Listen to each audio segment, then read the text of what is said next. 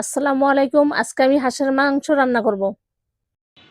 আমি এখানে দুটি হাঁস কেটে ভালোভাবে পরিষ্কার করে ধুয়ে নিয়েছি।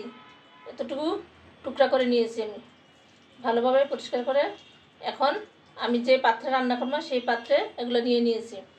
এখন এক এক করে আমি সমস্ত উপকরণ দেব। আজকে আমি হাঁসের মাংস রান্না করব, গন্ধ যাতে না থাকে এরকমভাবে আমি রান্না করব। তাই প্রথমে আমি এখানে পেঁয়াজ দিছি। হাঁসের মাংসের মধ্যে অনেক পেঁয়াজ দিতে হয়, তাই আমি এখানে অনেকগুলো এক বাটি, বড় বাটির এক বাটি পেঁয়াজ দিয়ে দিচ্ছি। একটু হাতে কষলে এগুলো আমি এখন দিয়ে দিলাম। এখন আমি এখানে 5 টেবিল চামচ রসুন বাটা দিয়ে দিয়েছি।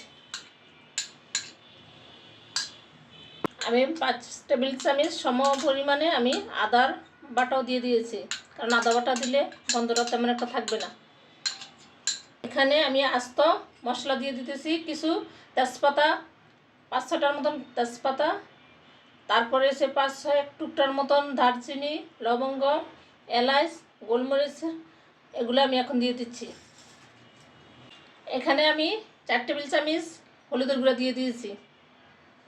5 টেবিল চামচ আমি মরিচের গুঁড়া দিয়ে দিচ্ছি, কারণ হাঁসের মাংস একটু ঝালটা হলে ভালো হয়। এখানে 3 চামচের মতন আমি ধনিয়ার গুঁড়া দিয়ে দিয়েছি। এখানে 3 টেবিল চামচ আমি জিরার গুঁড়া দিয়ে দিয়েছি। এখন আমি স্বাদ মতন লবণ দিয়ে দিলাম। এখন এখানে আমি আজকে সরিষার তেল দিয়ে আমি হাঁসের মাংস রান্না করব, তাই আমি এখানে সরিষার তেল দিয়ে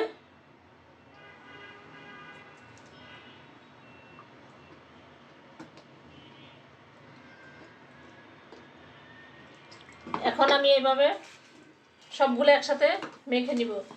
তেল বেশি দিতে হবে না, কারণ হাঁসের মাংসের মধ্যে অনেক চর্বি। আমার এখানে 2.5 কেজির মতন হাঁসের মাংস, তাই আমি ভালোভাবে এখন মেখে নিব।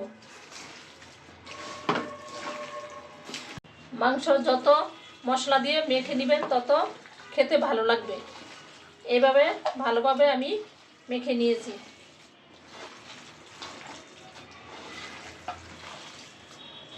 ভালোভাবে আমি অনেকক্ষণ মেখে নিতেছি।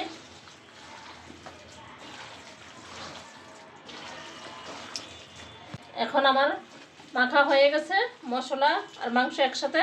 এখন আমার হাতটা দিয়ে একটু পানি দিয়ে চুলাটা আমি এখন অন করে দেব।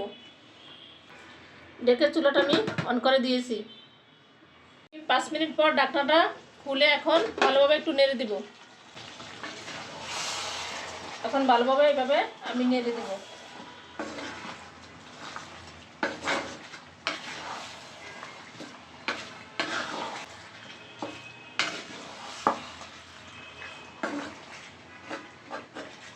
এখন আবার আমি ডেকে দিব। 15 মিনিট পর আবার ঢাকনাটা খুলে এখন আবার ভালোভাবে নেড়ে দিব। দেখেন কতগুলা পানি উঠেছে, আমি কিন্তু এখানে পানি দেই নাই, মাংস থেকে অনেক পানি উঠেছে। এভাবে আমি ভালোভাবে কষিয়ে নিব। আপনারা কে কোথায় থেকে আমার এই রেসিপি দেখতেছেন সবাই কমেন্টে আমাকে জানাবেন, আমি আপনাদের কমেন্টের রিপ্লাই দেওয়ার চেষ্টা করব। আমার রেসিপি দেখে আপনারা এইভাবে রান্না করবেন, খেয়ে দেখবেন অনেক ভালো লাগবে, কোনো বাজে গন্ধ থাকবে না। এখন আবার আমি ডেকে দিব। আমি আবার ঢাকনাটা খুলে এখন আবার নেড়ে সবগুলো আবার একসাথে নেড়ে এখন মিশিয়ে নিব। এখন আমি এখানে কিছু আলু দিব। এখন আবার সবগুলো আমি একসাথে কষিয়ে রান্না করে নিব।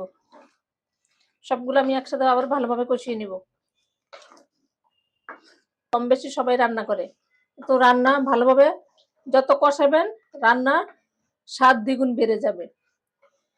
ভালোভাবে যে কোনো রান্নাই ভালোভাবে কষিয়ে নিলে খেতেও ভালো লাগে। আমার রেসিপি যারা ইউটিউব চ্যানেল থেকে দেখে থাকেন সাবস্ক্রাইব করে আমার পাশে থাকবেন, আর ফেসবুক পেজ থেকে দেখে থাকলে ফলো দিয়ে আমার পাশে থাকবেন। এখন আবার একটু ঢেকে দিব।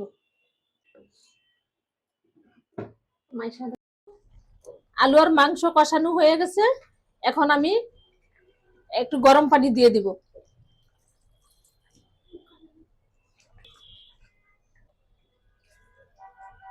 এখন আমি আমার পরিমাণ মতন এখানে আমি গরম পানি দিয়ে দিয়েছি। আমার আলু সিদ্ধ হয়ে গেছে, এখন আমার রান্নার শেষ পর্যায়ে। এখন আমি এখানে গরম মশলা দিয়ে দিব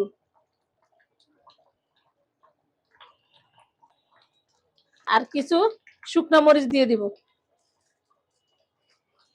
জালটা আপনারা আপনাদের পছন্দ মতন যে যেভাবে খাইতে ইচ্ছা সেভাবে করবেন। আর হাঁসের মাংস একটু জাল হলে খেতে খুব ভালো লাগে। 5 মিনিট আমি রান্না করে নিব।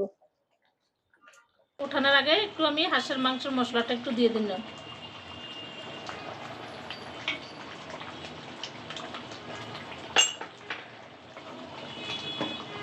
সবগুলো ভালোভাবে একটু নেড়ে মিশিয়ে নিব।